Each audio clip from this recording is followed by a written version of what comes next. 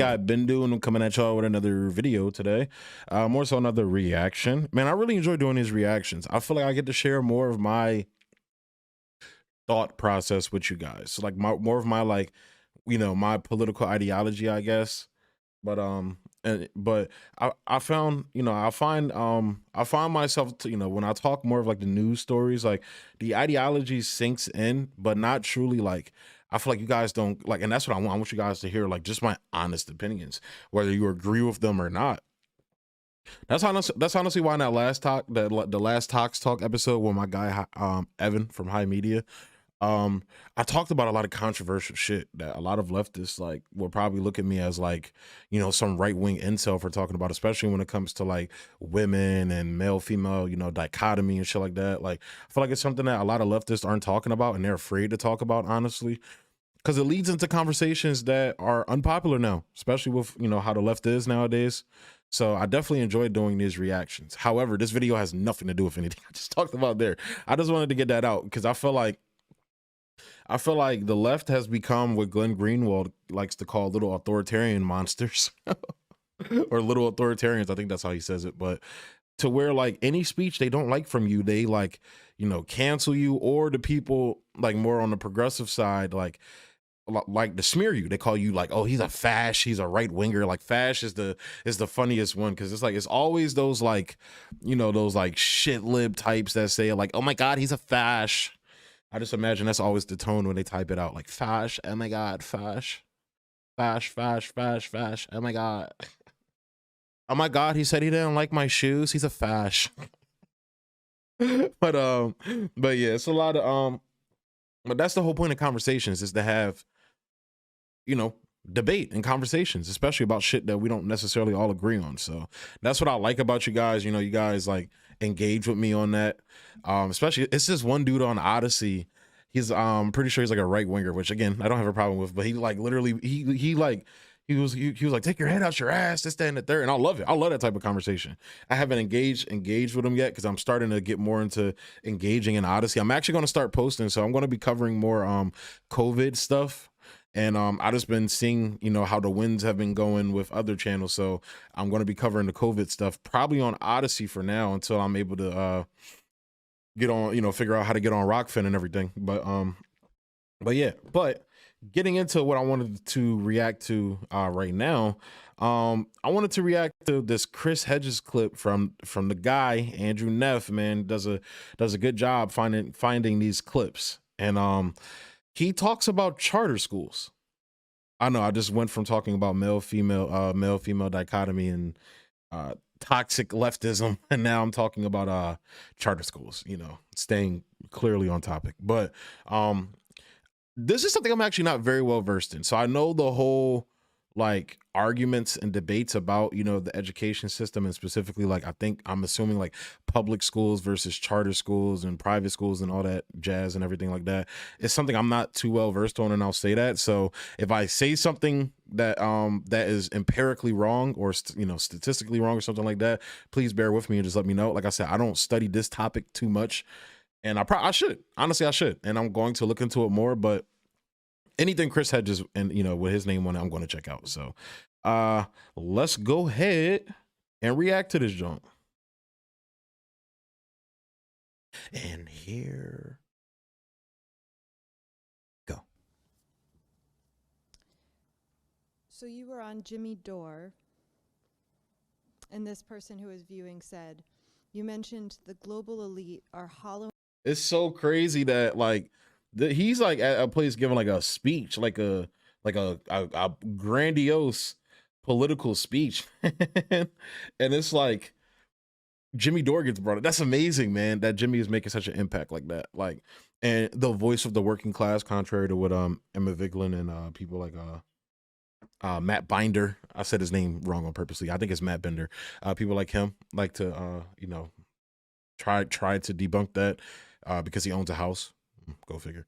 Even in that same article they bring up, they list the value of the house when he bought it, and the property value went up from him owning it. So you're mad at him for doing what you're supposed to do in America and as a means to gain wealth in America. You're mad at him for that, but okay. But regardless, It's so dope seeing Jimmy like get brought up in this, in a political lexicon like this. So I just thought that was dope. Blowing out democratic institutions right down to public education. So this is a reference to a specific Jimmy Dore interview.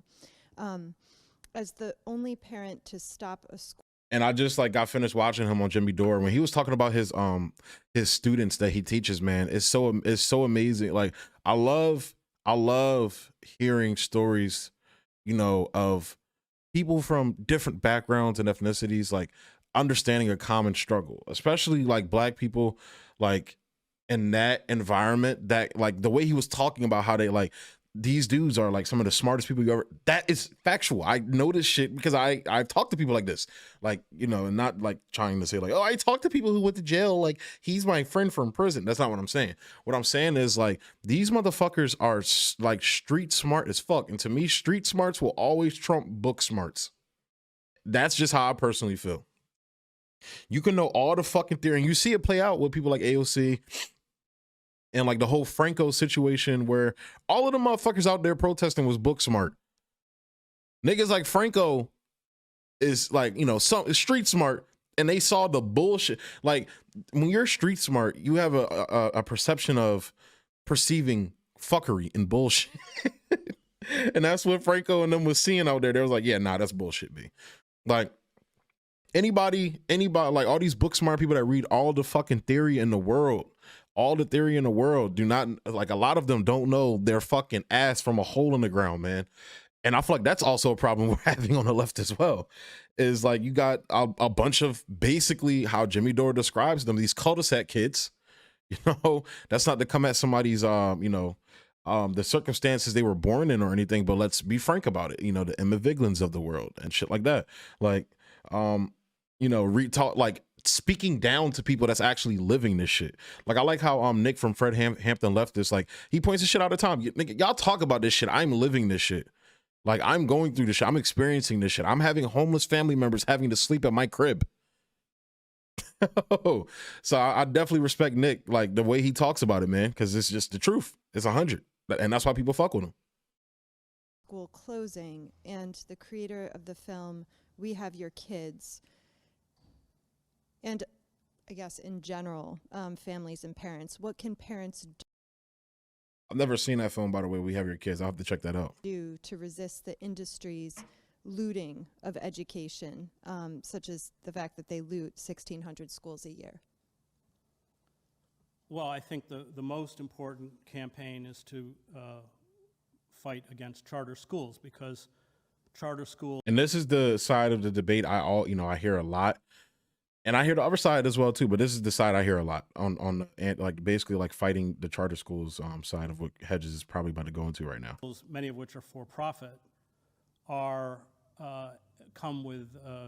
So I would say my basic knowledge of it is that charter schools are more like basically the whole overall privatization scam and fucking pyramid scheme that they're trying to do with everything, whether it's healthcare, whether, whatever the fuck it is. So that's just my whole thought. Like privatization overall is like basically my overall knowledge of this debate. So an array of tools, including breaking teachers' unions, that as well are very useful to the corporate state. They oftentimes focus exclusively on STEM and marginalize or don't even teach the humanities. And I think the assault on public education, and let's not forget that Arne Duncan, who was Obama's Secretary of Education, was a huge proponent of charter schools, is one of the most important assaults against our democracy. Our public school system was, in many ways, the crown jewel of our democracy.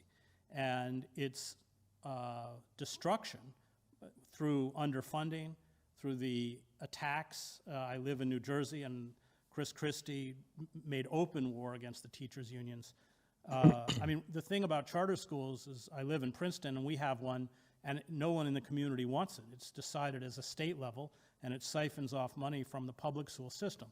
Charter schools, in essence, are a form of educational apartheid because they can select the students they want. So they don't tend to take students at a low income level. They don't take students with special needs.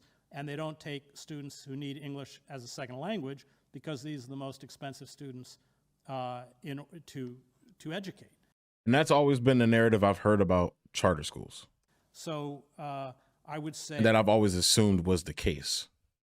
They certainly stand behind teachers' unions, fight against ballot initiatives that seek to either cut or not to increase budgets for public school systems, and mount vigorous campaigns against charter schools. So that's basically, and like basically what Hedges has said is what's always been like my assumption of what charter schools are. And just the overall, like, because to me, like, you know, the privatization, especially in areas of, you know, where it's like in public sectors, like healthcare, like education, like housing and shit like that, it's always ended up fucking over the majority.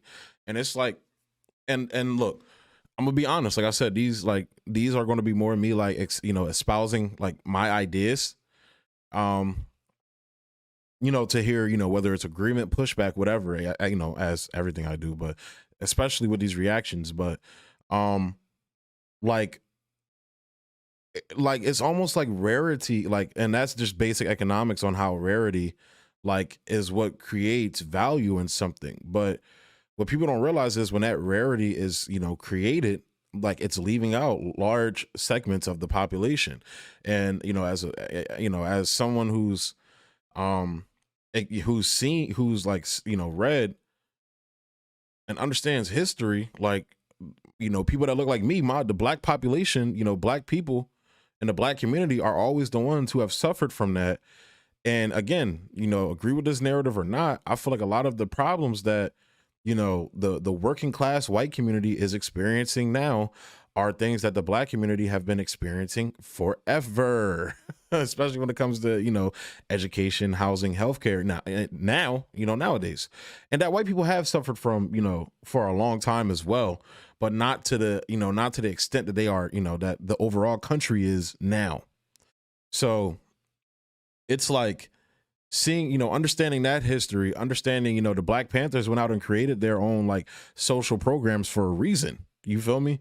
Like understanding all that, and successful as well. This is Fiorella was she talked about this on the Convo Culture. I forgot what video it was, but she was talking about, I want to say it was the Matt Bender debate. I think that's where it was. But she was talking about how, you know, the precursor to Canada's healthcare system was basically mutual, you know, aid networks of doing that. You feel me? Like similar to the Black Panthers like food program and shit like that. Like they started doing it outside of the government themselves first. So but that was, you know, that's something that's always like been in my mind. And I would like to explore that, maybe like talk to somebody about that to like, you know, further flesh that idea out, because, you know, rarity, you know, and creating value through rarity in most cases is basic economics, as you know, a lot of us know. But is the way we're looking at basic economics, is that the wrong way to look at it? Is basically, you know, the overall individualistic mindset that I talk about a lot, you know, the overall like owner, you know, from thinking from the owner class mindset and shit like that. Is that, you know, is that the wrong way to be looking at, you know, structuring a society economically? I mean, I would say in some cases, maybe yes, there might be some benefits of doing that in some arenas, you know, where like basically competitiveness and, you know, creating value through rarity and shit like that, like, you know, is definitely beneficial in some areas. But I don't think that's the case with things that should be the case in things like healthcare, education. What else? What else did I list? Healthcare, education, food. You know, just the basic necessities people need to survive. I don't think that should be the case with that.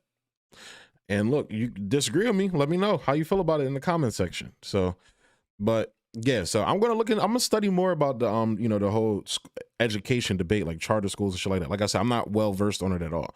These are just raw thoughts that I'm having from watching that video, and that's the whole point of these reactions. So with that being said, guys, I'm going to go ahead and close the video out there. Also, guys, before I let you go, I almost forgot about this. I'm literally like plugging this in after the fact, but I wanted to let you guys know that the Patreon is officially, like, it's been like active for a while, but I haven't posted anything because I've been like busy the last couple of weeks dealing with the new job and everything. But got a couple videos on there. Well, I got one video on there. It should be another one dropping tomorrow, Thursday the 25th, and another one dropping Friday the 26th. Thursday the 26th and Friday the 27th. So there's going to be 2 more videos dropping for Thursday and Friday to close out this week on there. And there's no paywall. You know, you guys, it's free on there as well. I just ask if you can, you know, show love, you know, on there if you can. I'm not saying you have to. I'm gonna try and keep as much stuff on there, you know, not behind the paywall as I can. So yeah, definitely go on there. It's going to be more like fun content on there, more say. There may be some serious stuff on there, but it's gonna be more of me having fun on there. Like there's gonna be pretty soon, I got these hilarious comedy skits that's gonna be coming. I have music that's gonna be coming, so I can, you know, show you guys my talents as a musical artist, more so as a singer and rapper. So yeah, it's gonna be music going on there, written pieces as well, like articles and shit like that. And yeah, so just go over there, check the stuff out there. That's more of going to be my creative side and more fun stuff, you know, the fun creative side of American Autopsy as well, because I want to showcase that to you guys as well. So yeah, like I said, you don't have to, you know, pay anything. If you can, it would be graciously and greatly appreciated. But if not, it's cool. It's straight. Go over there, have fun, check it out. I got an OnlyFans video up on it right now, so definitely check that out. That joint was hilarious. I was being funny on there. So but yeah, as always, like, comment, subscribe, and share. Emphasis on all that. And yeah, thanks for tuning in. Peace.